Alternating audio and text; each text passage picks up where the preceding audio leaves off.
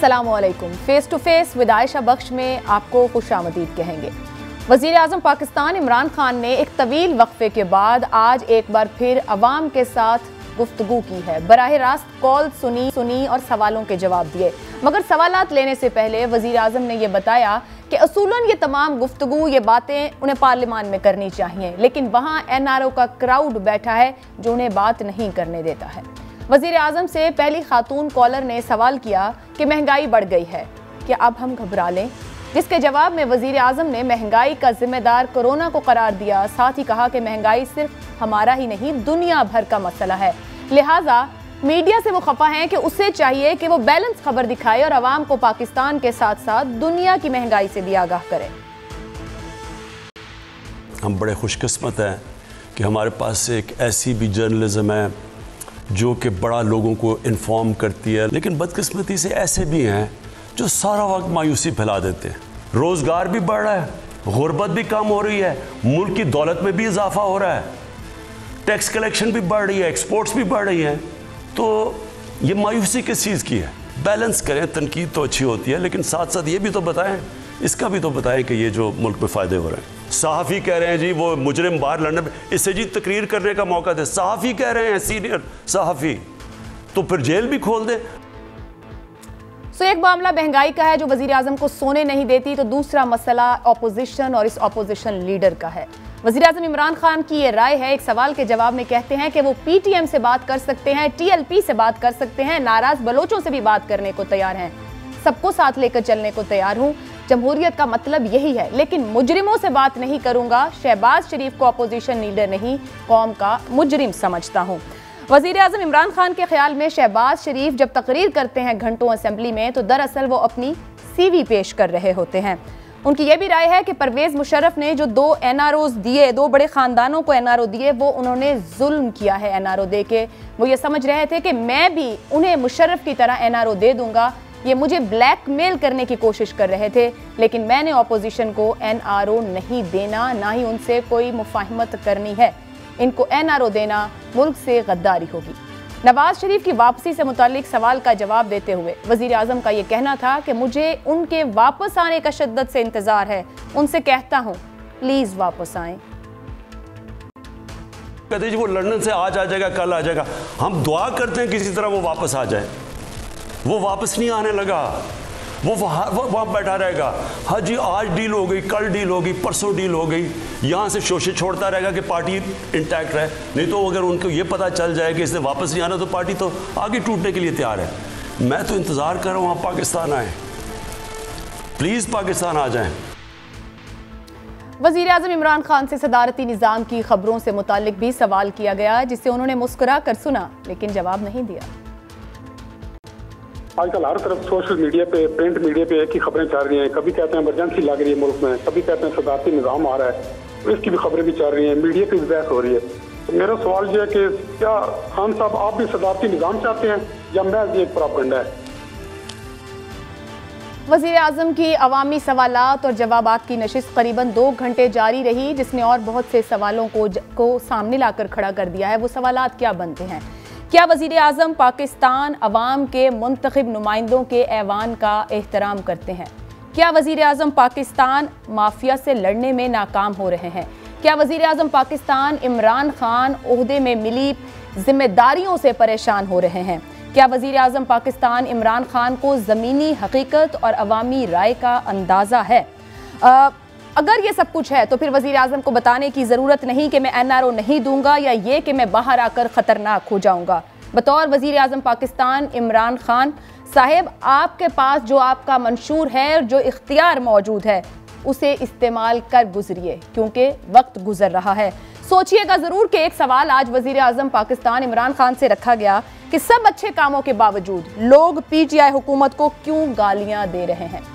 अपने इब्तदाई को यहाँ पर क्लोज करूंगी इस शेर के साथ। तुमसे पहले वो जो एक शख्स यहाँ तख्त नशीं था, उसको भी अपने खुदा होने पे इतना ही यकीन था। वज़ीर आज़म इमरान खान ने आज गुफ्तगू में कहा, यही नहीं अगला वक्त भी हमारा ही रहेगा। गुफ्तगू का आगाज़ करेंगे, हुकूमत की करें अमजद अली खान नियाजी साहब, मुस्लिम लीग नून से डॉक्टर निसार अहमद चीमा साहब, पीपल्स पार्टी से हसन मुर्तज़ा साहब हमारे साथ हैं। न्याजी साहब, वजीर आजम साहब कहते हैं कि माशी तौर पर बहुत तरक्की हो रही है। बड़ा सादा सा सवाल एक आज खातून खाना ने उनसे पूछा, महंगाई बहुत ज़्यादा है, क्या अब घबराने की इजाज़त है, हम घबरा लें? इसका जवाब नहीं दिया, मगर ये ज़रूर बताया कि पूरी दुनिया में बहुत महंगाई है, क्या करें? आयशा, हमने कभी ये नहीं कहा कि मुश्किलात नहीं आई। हमें बिल्कुल अदराक है, हमें मालूम है कि मुश्किलात आई हैं, लेकिन हमने मुश्किलात को कम करने के लिए जो गवर्नमेंट के पास वसाइल थे, जो हमसे मुमकिन हो सका, चाहे आप कोरोना के दौरान देखें या कोरोना के बाद जो है वो मैं समझता हूँ अशियाए खुर्दनोश के जो हालात थे उसके देखते हुए, आम आदमी की तकालीफ को देखते हुए हमने हत्तुल इम्कान कोशिश की कि इनको एक सतह पे रखा जाए, ऊपर ना जाने दिया जाए। बावजूद इसके कि पेट्रोलियम मसनूआत ऊपर गई, बावजूद इसके कि पाम ऑयल बहुत ऊपर चला गया, और आपने देखा होगा कि इवन फ्रेट रेट जो था, आपकी अशिया जो यहाँ पे आ रही थी उसके रेट्स बहुत ऊपर चले गए। लेकिन हमने कोशिश की कि ड्यूरिंग कोरोना हमने जो पैकेज दिया, फिर कोरोना के बाद जो हम अब उसकी मुश्किलात को देखते हुए एक सोशल प्रोग्राम जो हम जारी किया कि हेल्थ कार्ड आ जाए, ताकि उससे आम आदमी की जो इलाज मुआवजे की सहूलत है वो ज़रा बेहतर अंदाज से वो अपनी बीमारियों का मुकाबला कर सकते। सेहत तो अल्लाह ताला की ज़ात ही दे सकती है ना। हमने उनको ये बताना मकसूद है कि हम उनके साथ खड़े हैं, और इस हालात के बावजूद भी, जैसा आपने इब्तदाइया में कहा कि जहां बहुत सारे इंडिकेटर, जहां ब्लूमबर्ग हो, इकोनॉमिस्ट हो, आपका वर्ल्ड बैंक हो, वो कह रहा है कि पाकिस्तान की इकोनॉमी जो है वो ट्रैक पे आ रही है।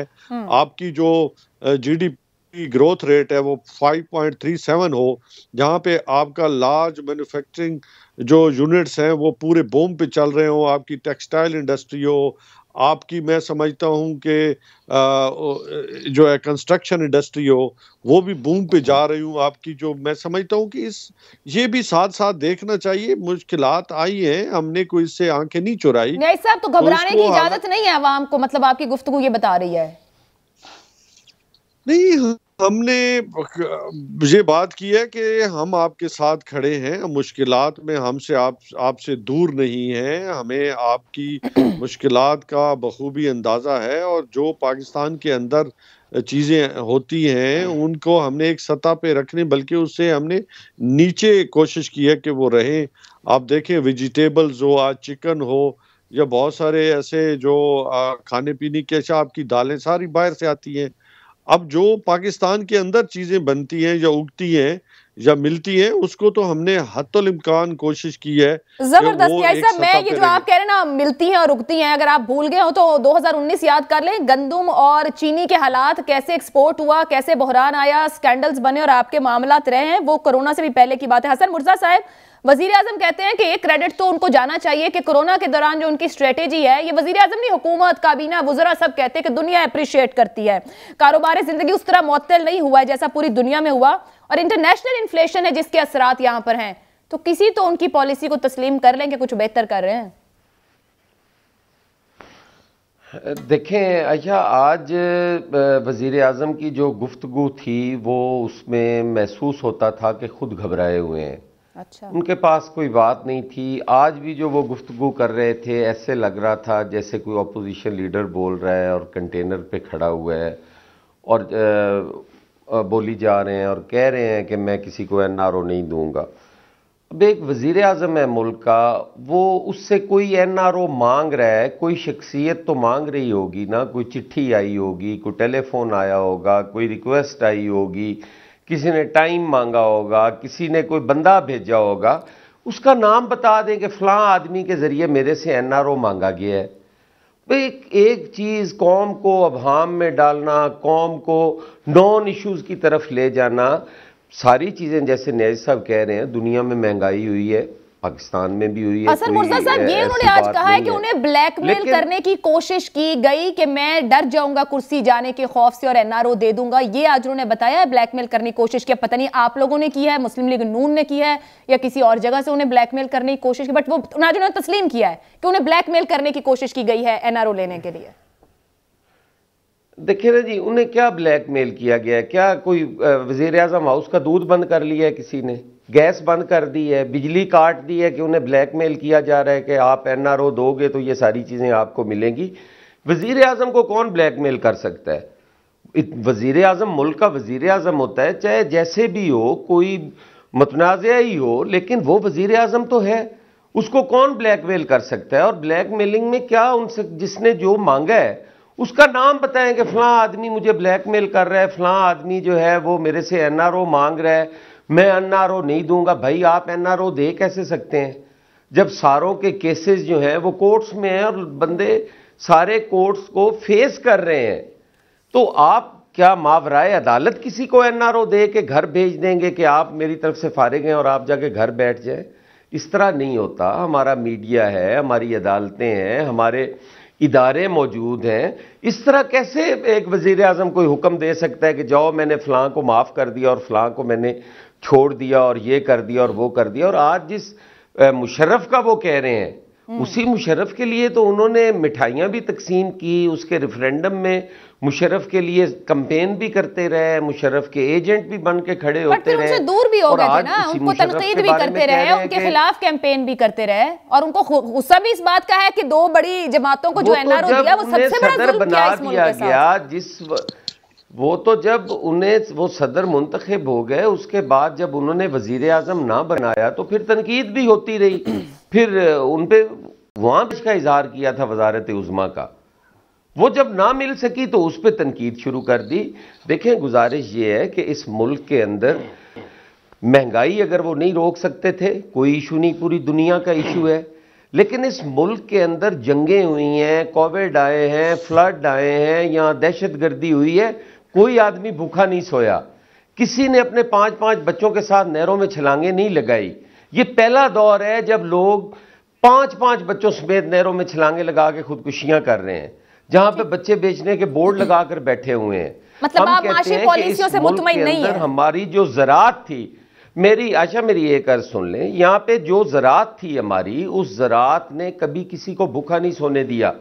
ये पहली हुकूमत है जिसने 3,500 की डीएपी का बैग 11,000 तक बिकता रहा, ब्लैक होता रहा, और लोगों की कतारों में लगे होते थे लोग और उनको वो मिलती नहीं थी। फिर जब उसे पानी देने का गंदम को टाइम आया तो उस वक्त यूरिया शॉर्ट हो गई। चलो डीएपी इंपोर्टेड थी, यूरिया तो हमारी लोकल थी, कहां गई वो सारी लोकल खाद? हसन मुर्जा साहब, कतई कलामी की माजरत, गुज़िश्ता रोज आलिया हमजा साहिबा मौजूद थी, वो बहुत कुछ सिंध हुकूमत के ऊपर डाल रही थी, पीपल्स पार्टी की गवर्नमेंट के ऊपर इसी मामले को लेकर, और अपने फिगर्स में हुकूमत ये बता रही है कि बूम है एग्रीकल्चर के अंदर भी, जीडीपी 5.37। जी, एक सिंध गवर्नमेंट, एक सेकंड जी, एक सिंध गवर्नमेंट है, बाकी तो तीनों सूबों में भी इनकी हुकूमत है, मरकज में भी इनकी हुकूमत है, एजेके में भी इनकी हुकूमत है, जीबी के अंदर भी इनकी हुकूमत है। अगर सिंध ही सारी खाद स्मगल कर गया है तो फिर सिंध इनसे तो बहुत बेहतर हुआ ना, जिनके पास सारी इकाइयां भी हैं, जिनके पास वफाक भी है, वो हाथ पे हाथ धर के बैठे हुए हैं और खाद सारी जो है वो हम उड़ा ले गए हैं। गंदम कम हो जाए मुल्क में कहते हैं जी सिंध ले गया है, चीनी कम हो जाए कहते हैं जी सिंध जिम्मेदार है। ये इस तरह हुकूमतें नहीं चलती इल्जाम तराशियों से। हुकूमतें जो है वो दानिशमंदी और अकलमंदी से चलती हैं, विजन के साथ चलती हैं। मैं इसका जवाब लूंगी अमजद साहब आपसे, लेकिन आपके पास कोई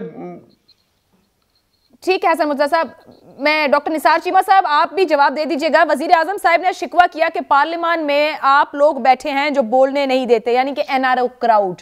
सर, हुकूमत की किसी भी पॉलिसी को तो आपने अप्रिशिएट नहीं करना, जाहिर बात है, इतनी बड़ी मुखालफत बनी हुई है आप लोगों के दरमियान, लेकिन कम से कम वजीर आजम को आकर बात करने का मौका तो दें। वो कहते हैं आप लोग घंटों की तकरीरें करते हैं और वो समझते हैं कि आपका हक नहीं है घंटों की तकरीरें, लेकिन वजीर आजम पाकिस्तान को आप लोग बोलने नहीं देते पार्लियामान में।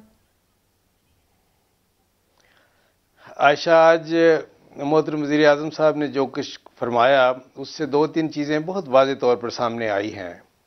एक ये कि बदकिस्मती से इनको मुआशरे की अखलाकी कदरों का कोई पास नहीं है ना, उससे उनका कोई ताल्लुक़ है।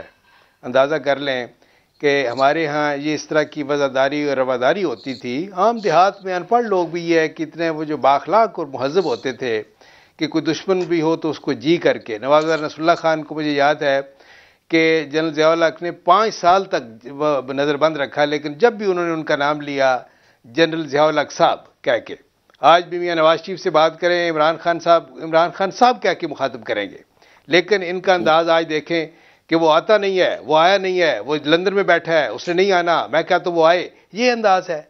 कंटेनर पे चढ़ के भी इसी तरह की बद तहजीबी की इन्होंने ये दर्स दिए कौम को। ये आपको याद है मौलाना फजल रहमान साहब को एक काबिल एहतराम, एक ये है कि हमारे आलम दीन हैं, मुस्तद आलम दीन हैं, हमारे बहुत काबिल एहतराम सियासी रहनुमा हैं। यह है कि आप उनके सियासी किसी मौक़िफ़ से इख्तलाफ कर सकते हैं, लेकिन क्या अंदाज ये किसी महज़ब आदमी का हो सकता है? ओए मौलवी डीजल, ये क्या आपने कौम को क्या सिखा रहे हैं?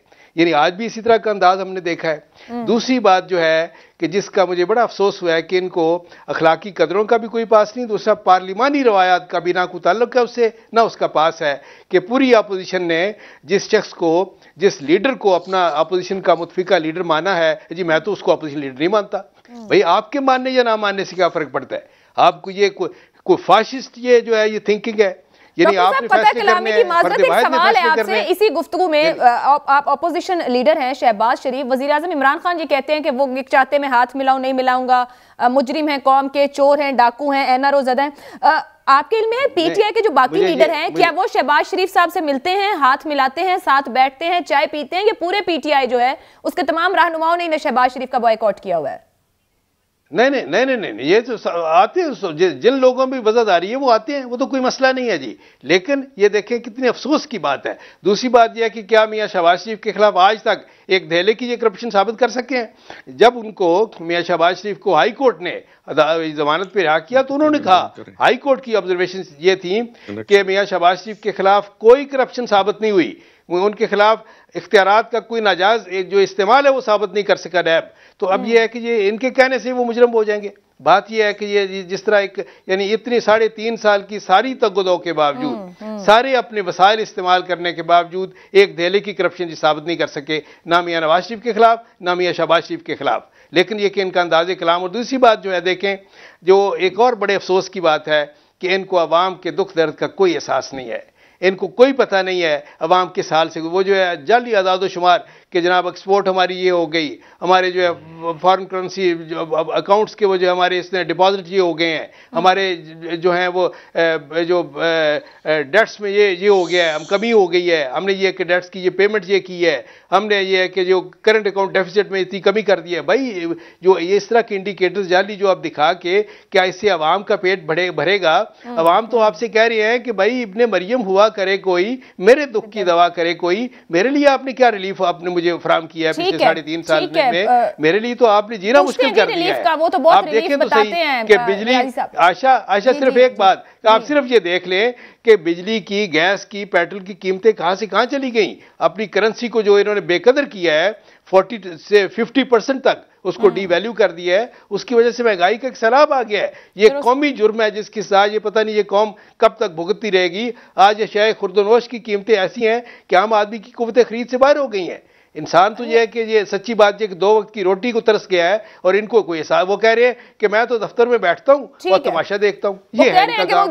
बाहर आ जाए तो फिर तमाशा दिखाएंगे सबको। नियाजी साहब, ये जो उन्होंने कहा आज के मुझे ब्लैकमेल करने की कोशिश की गई, सर ये बार बार वही बात आ जाती। 3.5 साल में अवाम के भी कान पक गए, मैं एनआरओ नहीं दूंगा। भाई आप वजीर आजम है, ना एनआरओ दें, मगर अब इस जुमले की भी एनफ हो गया कि मुझे ब्लैकमेल किया गया, एनआरओ मांगा गया, या तो नाम दें, नेम एंड शेम वाला काम करें, क्योंकि आप वजीर आजम पाकिस्तान हैं, आप कॉम्प्रोमाइज नहीं है किसी भी सूरत में, पूरे इख्तियार के साथ मौजूद हैं।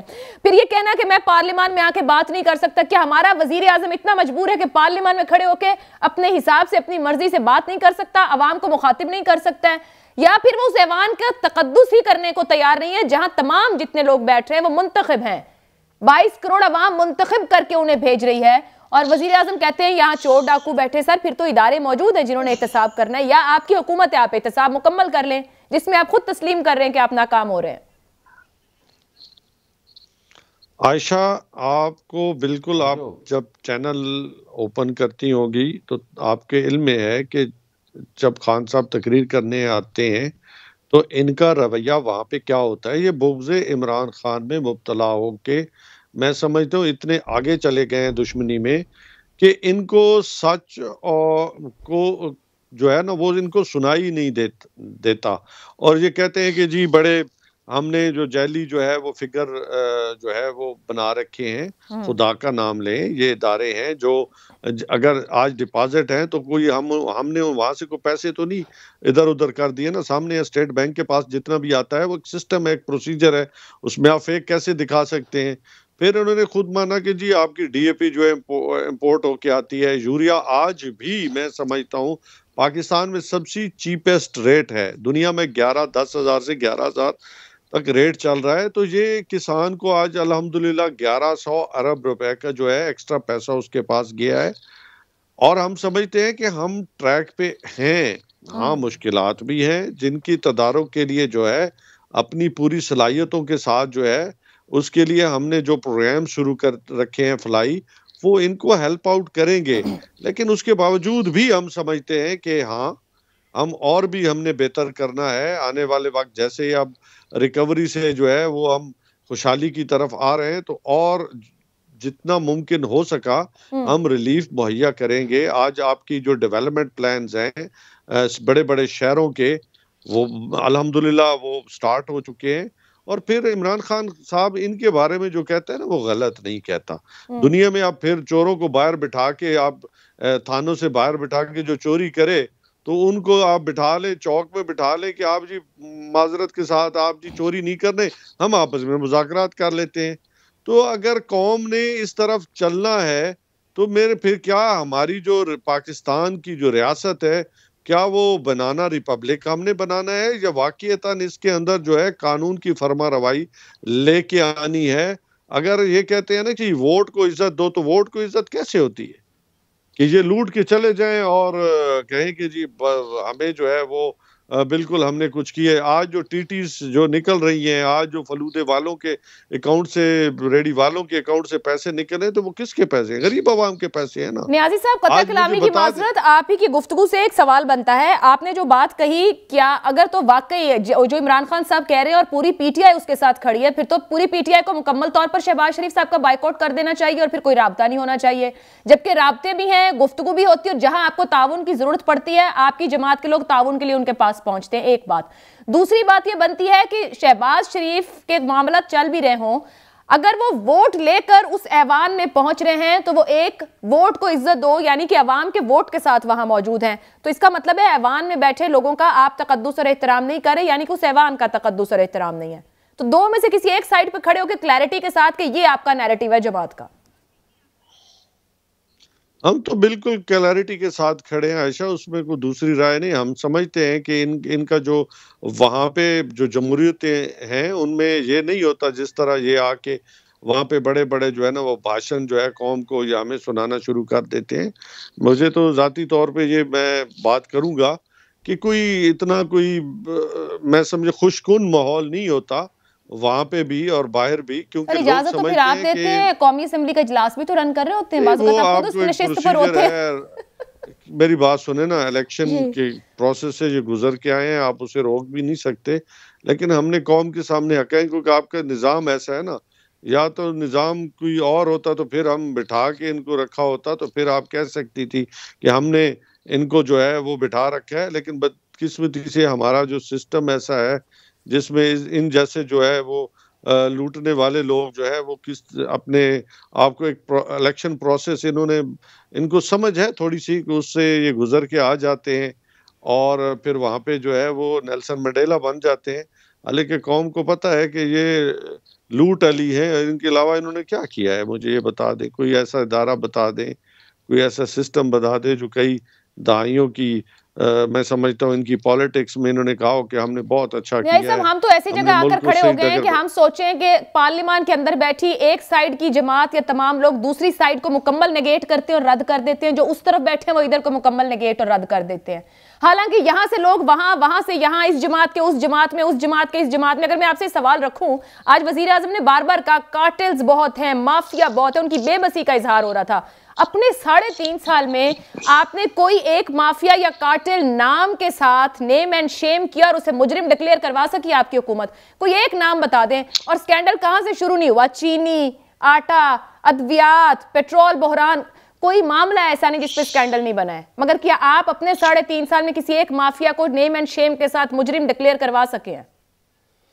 आयशा, ये भी तो देखे ना कि ये इमरान खान ही है ना जिसने इन कार्टल्स को आपके सामने ला खड़ा किया है कि ये वो चेहरे हैं जो मुल्क की दौलत को और गरीब अवाम के सर ये तो हम जानते थे ना, वो अपोजिशन लीडर होते, अपोजिशन रहनुमा। सर ना सर, ये तकरीरें तो वो कंटेनर पे हमें बताते रहे ना कि क्या क्या है। सुने ना, नहीं मुझे बात बताएं, इससे पहले इन लोगों को आप जानते थे जो आज कार्टल्स हैं? जो सर अगर आप नहीं जानते थे तो फिर आप बहुत मासूम है नियाजी साहब, फिर मैं यही कह सकती हूं। आपने कभी इस तरीके के साथ मुझे बताएं, कभी इससे पहले डिस्कशन की थी मीडिया पे? नहीं, कभी नहीं, मुझे याद नहीं कि कभी की हो। आज आप अगर डिस्कशन कर रही हैं तो 3.5 साल की हुकूमत के बाद क्या आप किसी को मुजरिम डिक्लेयर कर सके? उनके खिलाफ इन्वेस्टिगेशन नहीं कराई गई? क्या उनको कौम के सामने जो है नहीं किया गया? तो ये क्रेडिट तो दे ना। और उसके लिए चूंकि ड्यू प्रोसेस ऑफ लॉ है जिसके नीचे उनकी इन्वेस्टिगेशन भी जारी है, उनका फोरेंसिक ऑडिट भी जारी है, और हम समझते हैं कि हमने इनको मंतकी अंजाम तक लेके जाना है। ये कोई आसान रास्ता नहीं था, ये मुश्किल रास्ता है, कांटों भरा रास्ता है, लेकिन हम समझते हैं कि चाहे हमारा खून का आखिरी कतरा ही क्यों ना बह जाए, हमने पीछे नहीं हटना, चाहे कुछ भी हो जाए। एक ब्रेक की इजाजत दीजिएगा। हसन मुर्जा साहब, आपकी जानिब आती हूँ एक ब्रेक, और फिर आप इन्हीं सवालों के जवाब देंगे जो यहाँ पर उठा रही है हुकूमत अपनी कारकर्दगी के तौर पर। इस ब्रेक के बाद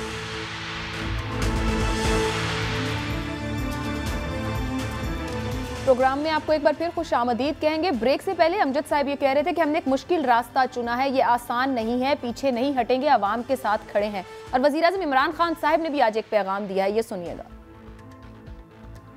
के वास्ते इस मुल्क पे रहम करें। 3 साल से लगे हुए हैं कि हम आज आ रहे हैं तो कभी कोई बेरोजगार सियासतदान कहता है मैं गिरा दूंगा गवर्नमेंट, कभी कोई कुछ कहता है। अब गई जी गवर्नमेंट, कल गई, परसों गई, इंशाल्लाह ये भी टर्म पूरा करेगी, अगली भी टर्म पूरी करेगी ये हमारी पार्टी, अगली टर्म भी। ये भी आज मैं आपको कह रहा हूँ, अगर मैं गवर्नमेंट से बाहर निकल गया मैं आपके लिए ज्यादा खतरनाक हूँ। अभी तक तो मैं चुप करके या ऑफिस में बैठा होता हूँ और तमाशे देख रहा होता हूँ। मैं अगर सड़कों पर निकला है ना तो आपके लिए छुपने की जगह नहीं होगी।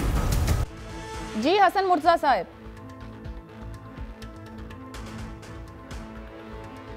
जी करें, सवाल करें जी। सर वजीर आज़म की गुफ्तगू सुनी है जो भी मैंने सुनवाई है? वज़ीर आज़म साहब की गुफ्तगू की सारा दिन सुनते हैं, वो कह रहे हैं कि मैं सड़कों पर आ गया तो छोड़ूंगा नहीं, बहुत खतरनाक हो जाऊंगा, छुपने को जगह नहीं मिलेगी, और यही नहीं अगली टर्म भी मेरी है। उन्होंने क्यों छोड़ना है या क्यों पकड़ना है जी? हम तो हाजिर बैठे हैं, हम कहीं भाग के जा रहे हैं? ये मुल्क हमारा है, हमारे आबा अजदाद ने इसे हासिल किया था, यहाँ से कोई हमें कैसे निकाल सकता है जी? हम बैठे हैं, उन्होंने निकलना है तो निकल आए बाहर, उनकी मर्जी है, हम तो उन्हें नहीं रोक सकते। वो वज़ीर आज़म है, काबिल एहतराम है हमारे लिए। हमारी तो उनसे ये गुजारिश है कि वो जैसे अभी नैज साहब भी कह रहे थे कि माफियाज हैं और हमने बेनकाब कर दिया है। भाई किसको कर दिया है आपने बेनकाब? हम तो बार बार आपसे कह रहे हैं, फलूदे वाले का नाम बताएं ना, फलूदे वाले का जिससे ताल्लुक़ है उसका भी बताएं, उनको भी बाहर लाएं, अदालतों के कटहरे आपके पास हैं उनमें पेश करें। ये आपकी जिम्मेदारी, आप हुकूमत हैं, आप खुदारा अपने आप को हुकूमत समझें। आप आज भी सवाल करी जा रहे हैं, आप किससे सवाल कर रहे हैं? सवाल तो ऑपोजिशन करती है हुकूमत से। हम आपसे सवाल कर रहे हैं कि जो लोग आप समझते हैं कि गुनहगार हैं उन्हें अदालतों में पेश करें, अदालतें उनको सजा करें, उनको मुजरिम ठहराएं। आप कौन होते हैं किसी को मुजरिम कहने वाले? आप किसी को ना मुजरिम कह सकते हैं, ना आप किसी की पगड़ी उछाल सकते हैं। आपने इखलाकियात की धज्जियां उड़ा दी, आपने लोगों की पगड़ियां उछालना शुरू कर दी। आप सुबह से शाम तक जो गालम गलोच का कल्चर है वो सुबह से शाम तक सोते तक आप लोगों को गालियां देते हैं। कोई आपको रोकने वाला नहीं, कोई पूछने वाला नहीं। अगर हम ये कह दें कि आम आदमी को रोटी चाहिए, आम आदमी को इलाज चाहिए, तो आप कहते हैं ये पिछलों की जिम्मेदारी थी। भाई आपसे हम सवाल करते हैं कि आपको 4 रुपये यूनिट था जब आपको दिया था, उस वक्त सारे चोर थे। आज 70 रुपये का यूनिट है। आप ज़रा हिसाब तो करें, आप देखें तो सही कि लोग बिल कैसे भर रहे हैं। और अगर हम आपसे सवाल करते हैं कि यार ये क्या हो रहा है, तो आप कहते हैं जी पिछलों का किया धरा है।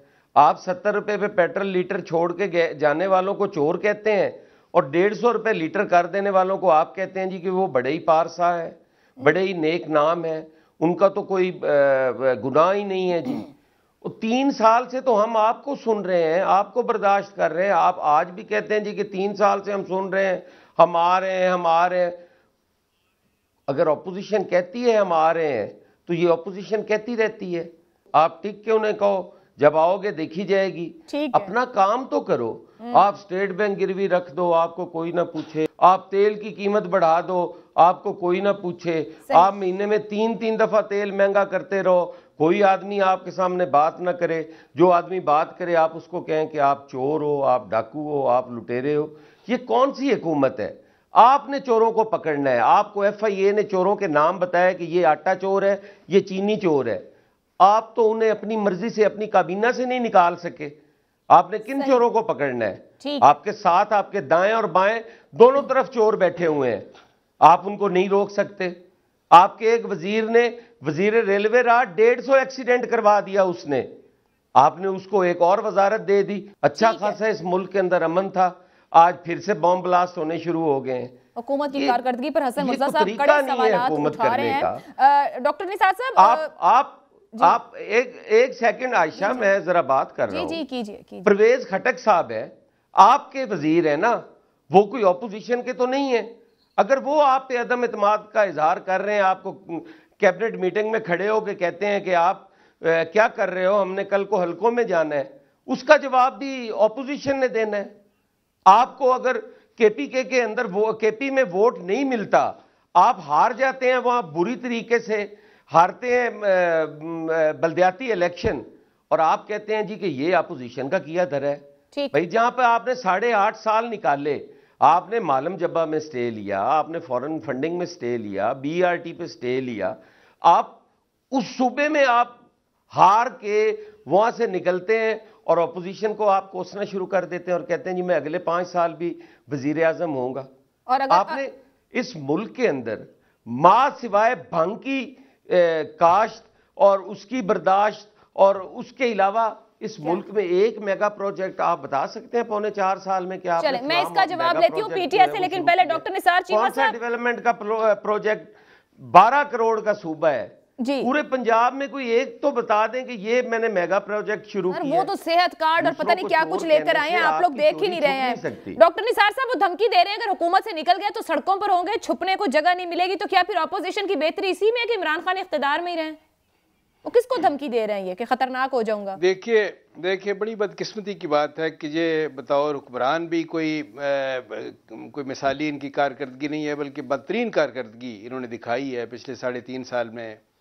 और बदकिस्मती से जब अपोजिशन में थे तो बतौर अपोजिशन भी इनकी कारकर्दगी बहुत ही अफसोसनाक थी। देखे ना, जो हमने ये सड़कों पे निकलने वाली बात जो है, हमने इनको देखा सड़कों पे निकलते, डी चौक पे 126 दिन में जो इन्होंने जो उद्यम मचाया, जो कुछ इन्होंने किया 126 दिन के धरने के दौरान, अवाम को जिस तरह लाकानूनियत के दर्स दिए, ये गैस और बिजली के बिल जलाए, सिविल नाफरमानी की काल दी, अंदाज़ा कर लें।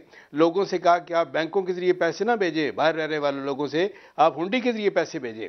जिस तरह इन्होंने पुलिस पे हमले किए, पार्लियामेंट पे हमले किए, PTV पे हमले किए और कब्जे किए, जाहिर है कि ये कौन सी उन्होंने कोई मिसाली कारकर्दगी का मुजाहरा किया। वो तो ये है कि चूंकि वो जो है वो ज़मीर में खलश नहीं है, इसलिए उनको परवाह नहीं है। वरना ये एक महज़ब मुल्क होता, इस तरह की सिविल नाफरमानी की कालें देने वाले और लाकानूनी के दर्स देने वाले उनको कानून के कटारे में लाया जाता। लेकिन यह है कि इनको कोई परवाह नहीं है।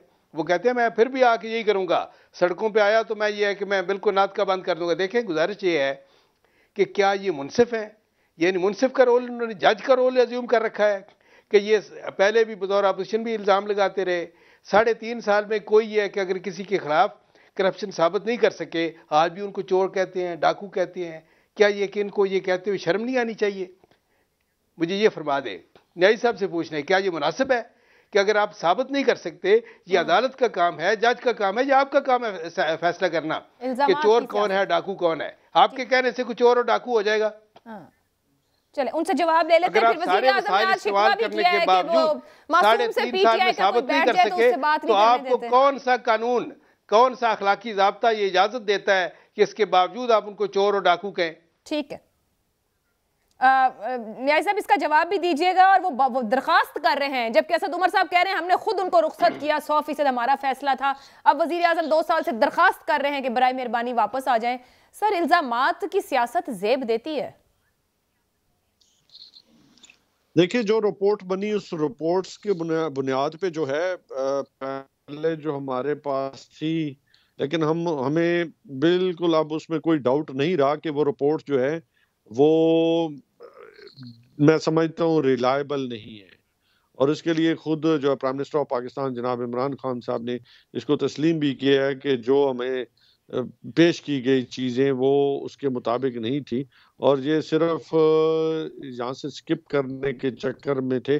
और जो एफिडेविट दे गए ये 50 रुपए के स्टाम्प पेपर पे, की वो भी डॉक्टर यास्मीन राशिद साहिबा, डॉक्टर फैसल सुल्तान साहब खुद मॉनिटर कर रहे थे, बेहतरीन डॉक्टर्स हैं इस मुल्क के, उनकी नजर मैं अभी भी मेरे तहफ़्फ़ुज़ात ज़ाती तौर पे बात सुने ना आयशा, मैं अपने ज़ाती ख्यालात जो मेरे हैं ना, मैं अभी भी इसमें डाउटफुल हूँ और इस पे मैं कायम हूँ कि अगर ये जो बनाई गई हैं रिपोर्ट्स जो है, मैं समझता हूँ खान साहब को जो है इसके ऊपर जो है मैं मुकम्मल तहकीकात करानी चाहिए, ताकि अगर जो लोग कल्प्रेट्स हैं उनके खिलाफ जो है वो मुकदमा फौजदारी बनने चाहिए। मतलब ऐसे नहीं छोड़ना चाहिए, बल्कि उनको जो है वो बिहाइंड द बार होना चाहिए जिसने भी किया है। दूसरा, इनका ये कहना कि जी पाकिस्तान तहरीक इंसाफ ने जी बिल्कुल ही कुछ नहीं किया। अल्लाह का शुक्र है जी, आज बड़े बड़े डैम्स बन रहे हैं। आज आपकी जो अगर सड़कों की बात करें तो 3000 किलोमीटर इन्होंने पता नहीं किन दाइयों से बनाए थे, तो हमने तो पिछले 3.5 साल में 3000 किलोमीटर जो लास्टली अभी प्रोग्राम भी हुआ है इसके ऊपर, हमने पूरे फिगर्स दिए कि हम कितनी सड़कें किलोमीटर बना चुके हैं। तो अल्हम्दुलिल्लाह। और फिर आप देखें यूनिवर्सिटीज कितनी बनी है, हमने हेल्थ के अंदर कितना काम किया है, कोरोना जैसे मुश्किल हालात में भी हमने बहुत बेहतर परफॉर्म किया है। यही सवाल आज वजीर आजम से भी हुआ कि इतने अच्छे कामों के बावजूद पीटीआई हुकूमत को गालियां क्यों पड़ रही हैं? सुन ले, मेरी बात सुन ले ना। जी जी कहिए। गालियां आवाम नहीं दे रही, ये जो लोग हैं ना, अवाम जो है आज भी इमरान खान के साथ खड़ी है। आज ह्यूमन डेवलपमेंट के ऊपर आप देखें कि कामयाब नौजवान का जो प्रोग्राम है वो कितनी कामयाबी से जा रहा है। उसके अलावा एहसास प्रोग्राम है, उसके अलावा हमने जो किसान है 40 लाख किसान हैं, उनकी हालत को बेहतर करने के लिए कितना जो है उनको फ्री ऑफ, जो मैं समझता हूँ जो अपना उसमें कोई डेबिट नहीं है, उसमें कोई उनको फ्री ऑफ डेबिट जो है वो दिया जा रहा है, उनको क्रेडिट दिया जा रहा है। तो ये आप खुद सोचें ना कि ये पहली दफा मुल्क के अंदर हुआ है। और फिर ह्यूमन रिसोर्सेज को जिस तरीके के साथ जो है वो अपराइट करने के लिए जो प्रोग्राम शुरू किए, ये पाकिस्तान की तारीख में पहली दफा। सर, हुकूमत जो कह रही है बाय कर रहे हैं वो फिगर्स को, हमने तो दिखाना और बताना है। सब मसला वहां आ जाता है कि वो अवाम में ट्रांसलेट नहीं हो रहा, या आपकी ऑपोजिशन बाय नहीं कर रही, या वो नंबर्स मैच क्यों नहीं कर रहे लोगों की जिंदगी के साथ। मेरी बात सुने ना, ट्रांसलेट हुआ है तो इनकी जो पाकिस्तान डकैत मूवमेंट है ना वो फेल हुई है ना। लोग लाहौर में भी नहीं निकले। अगर आपको याद होगा वो 8-7 हजार जिनको अपना किला कहते थे, वहां पे 8,000 बंदे भी नहीं निकले।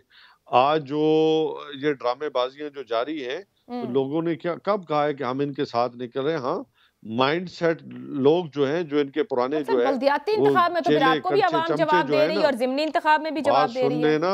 इनके सुन रही हूं सर, कड़चे चमचे जरूर बाहर निकलेंगे, जिनको इन्होंने जाले म्याले जो है ना, जो वो जरूर इनके साथ खड़े होंगे, कुछ ज्यादा नहीं, थोड़े बहुत, क्योंकि इन्होंने निजाम को थोड़ा वो भी इनके सिंध के हद तक, या बाकी तो इनको लोगों ने रिजेक्ट कर दिया।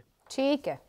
सो हुकूमत समझ रही है कि अपोजिशन को दिया गया, और अपोजिशन रहनुमा समझ रहे हैं कि हुकूमत की कोई कारकर्दगी नहीं और अवाम इन्हें रिजेक्ट कर रही है। मेरे तीनों मेहमानों का बहुत बहुत शुक्रिया, और हतमी फैसला अवाम का यानी आपका है कि हुकूमत क्या कर रही है और अपोजिशन आपके लिए कितनी आवाज़ उठा रही है। मुझे इजाज़त दीजिए, अल्लाह हाफ़िज़।